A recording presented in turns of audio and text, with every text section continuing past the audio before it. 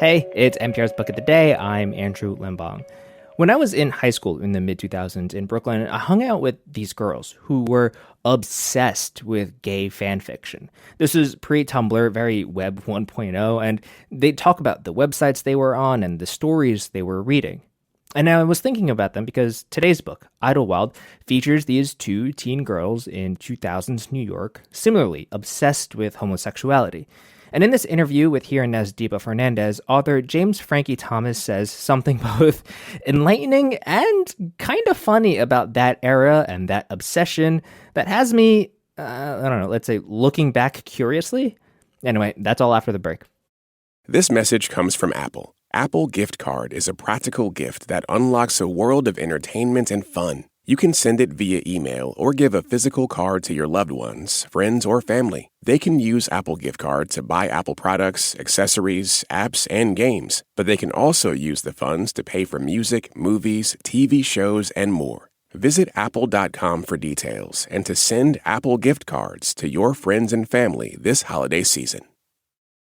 Authors often talk about how writing their books helps them to discover truths about themselves. But we'd argue few have made as major a discovery as James Frankie Thomas. We'll get to that in a moment, but first, Idlewild, Thomas's debut novel, is set in a Quaker high school in Lower Manhattan. The book centers around two teenagers, Faye and Nell. Both are shy outsiders. Faye is obsessed with gay men in fiction and in life. Nell is obsessed with Faye and dreams of a relationship with her. The two become friends when 9/11 devastates Lower Manhattan. And for the next 18 months, they're inseparable until betrayals and mistakes drive them apart. The book is Idlewild, and James Frankie Thomas joins us from NPR Studios in New York. Welcome. Hi, Deepa. I'm so excited to be here. Why did you decide to set the novel in a Quaker school? Well, for one thing, I've never read a novel set in a Quaker school, have you? Good point. Me either. Right. I love a school story. All of my favorite novels are school stories, and I really wanted to write one of my own. And, for better or for worse, a Quaker school was the only school I ever attended. I was at mine from kindergarten all the way through high school graduation, so I actually probably couldn't write a convincing school story if I tried, unless it were set at a Quaker school. So that makes you a lifer. I think that's how you refer to characters in the book. Yes, that is the phrase we used. That's the word we used back then for ourselves. We were lifers. Okay, so one of the main themes of the book, friendship, and in particular the intense friendships that can form in high school. Was that something you drew from your life as well? Yes, I was very fortunate to have wonderful friendships in high school. I actually had more friends than my fictional characters do. I had a lovely little clique of friends. But the conceit of a best friendship between two people that is so close that they almost merge into one person and share a brain is definitely something I experienced in high school. And I think it's such a special thing that can only happen at that age. And I was really interested in exploring it in fiction. Okay, so let's dive into your characters. Nell is a lesbian and believes she sees in Faye a kindred spirit because of Faye's obsession with gay men. But it seems to me what Faye is experiencing is something very different. Can you explain to us? Yes, Faye and Nell are drawn to each other because they are the only two people in their high school, as far as they can tell, who are just very excited about the concept of being gay. Nell is excited about the concept of being gay because she is a lesbian and has a big crush on Faye. Faye is a little bit more complicated to herself as well as to Nell because she herself does not find herself to be attracted to women, which causes a lot of tension and awkwardness and unspoken desires in her friendship with Nell. I set out when I began writing Idlewild. I thought that I was plumbing universal truths about adolescent girlhood. I thought it was my own observation that teen girls are really into looking for homoerotic subtext and writing gay fan fiction, regardless of whether they themselves are gay or straight. And it was really not until it was pointed out to me by literally everybody in my novel writing workshop. It was pointed out to me that actually people who are like Faye are not usually straight girls. They very often grow up to be gay men, gay trans men. This shocked me, but also was true. And so I had to revise the entire novel to approach Faye through that lens instead. And spoiler alert, this also caused me to take a closer look at myself and look at myself through another lens. And that is why I have this beautiful, deep voice today. Well, okay, you just ruined the whole rest of my planned questions for the interview. You gave it all away, but let's hone in there. So talk a little bit more about that. Well, oh God, I feel so bad that I gave away the reveal. I was 30 years old when I got into the Iowa Writers Workshop, and in my original draft, pretty much just free associating and going on my own memories and really giving myself permission to revisit all the things I had loved in high school, all my favorite gay movies, all my favorite gay fan fiction and fandoms. And it was so confusing because I had really not grown up to be gay, but somehow nothing made me happier than re-immersing myself in all that stuff that I'd loved as a teen. And it was at the Iowa Writers Workshop that it came to my attention that some gay men can be trans and that there are gay men out there who started out as teen girls like I was. Once I learned that, I really couldn't put that toothpaste back in the tube. So, James, can I ask you, what did you do with that information? I mean, here you are in this creative space where you can write a novel and you're having these really momentous, deep discoveries about yourself. I think there are many people out there who stumble upon this information and don't do anything with it, at least not right away, who take a really long time to do anything with it. And I was certainly one of those people. I was just too busy to transition. I was writing this novel. I wanted to finish the novel. I was married at the time. I had a whole life that was really predicated on me being a woman. So I compartmentalized it for a very long time. But by the end of 2020, I had both finished my novel and left my marriage and gotten top surgery. I really sort of got it all done at the same time.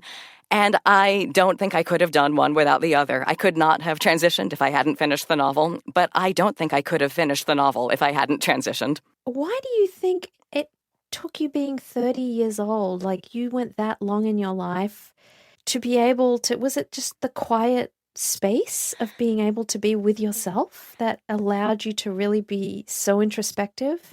Yeah, isn't it funny that it took me 3 decades to notice this about myself? Because it certainly isn't that I had never heard of trans people. I knew that trans people existed. I knew that trans men existed. I truly didn't believe it had anything to do with me until I met a gay man who was trans. And all it took was meeting one. I just had to meet one. And that was all it took. It was like, oh, we're exactly the same. I'm like you and you're like me. And oh, there are others like you. I then met others. And I think so much of existing in the world is about connecting with people who are like you. And I had simply never met anyone who was quite like me. And once I did, it was all over for me. There was no other path I could take. James, we're in a moment where, while there's definitely more acceptance of trans people, there's also so much hostility. I wonder if that has impacted your life and even factored in that moment when you're in the Iowa's Writer Workshop thinking, gosh, what am I going to have to deal with now that I know who I am?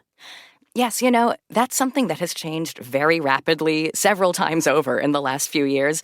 When I was first coming to realize that I was trans, it seemed at the time, this was circa 2017, 2018, I was very jealous of kids because I thought, oh, it's so much easier for kids these days to have access to trans literature and trans media. It's so much easier for them to know who they are. I wish I could trade places. Oh, gosh, how many years ago was that? That was really only like 5 years ago.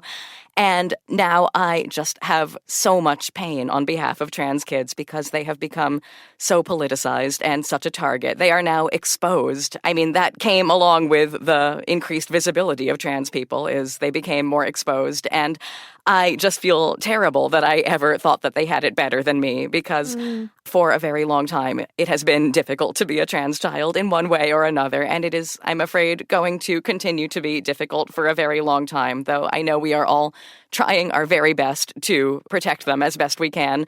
And I actually do feel in some ways very fortunate that I just tabled the whole question until I was in my 30s, because at least I am an adult who can take myself to the doctor and go to the pharmacy on my own. So where are you in your journey, James, if I can ask? And has writing this book and now seeing it published, has that been part of your journey too? Yes, I feel like writing this book and publishing this book has finally allowed me to graduate from high school in a way. I was so mired in my memories of high school for such a long time. That was the last place I really felt like myself. And I have gotten it out of my system. The book is out there in the world for other people to enjoy. Now I am so ready to write something about adults. I'm ready to write something about gay men who have their own apartments and their own finances and perhaps their own sex lives. I'm just so excited to start looking at adulthood from the perspective that I enjoy occupying in my adulthood. It's great to be here, but it is a little intimidating to have to start over, having been working on this same book now for 6 years.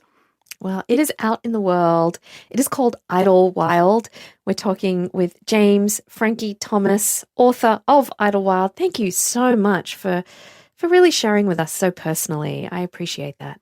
Thank you so much, Deepa. It was a pleasure. I hope people enjoy the book. That's it for this week on NPR's Book of the Day. Let us know what you think. You can write to us at bookoftheday@npr.org. I do read them. I'm Andrew Limbong. The podcast is produced by Isabella Gomez Sarmiento and Ashley Montgomery and edited by Megan Sullivan. Our founding editor is Petra Mayer. The show elements for this week were produced and edited by Majd Al-Wahidi, Barry Gordimer, Rina Advani, Lily Rose, Martin Patience, Ed McNulty, Timby Ermias, Mallory Yu, Olivia Hampton, Manzi Karana, Fernando Naroman, Shannon Rhodes, and Emiko Tamagawa. Beth Donovan is our managing editor. Thanks for listening.